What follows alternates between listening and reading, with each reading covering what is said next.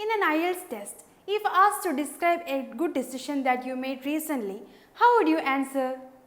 Well, this is Milu and Sojan from Access Language School, and I am here with a golden phrase that you can use in your IELTS speaking test.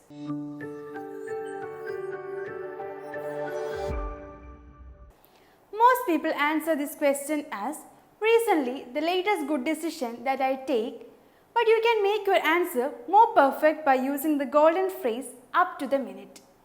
All the words are hyphenated with a single tone. It has the same meaning as that of recent or latest. You can answer that question as, the most up to the minute that I had made during the pandemic situation is to stay indoors. So make use of this golden phrase and increase your score in the IELTS test. So I believe this session was an informative one, and thank you so much for watching this video.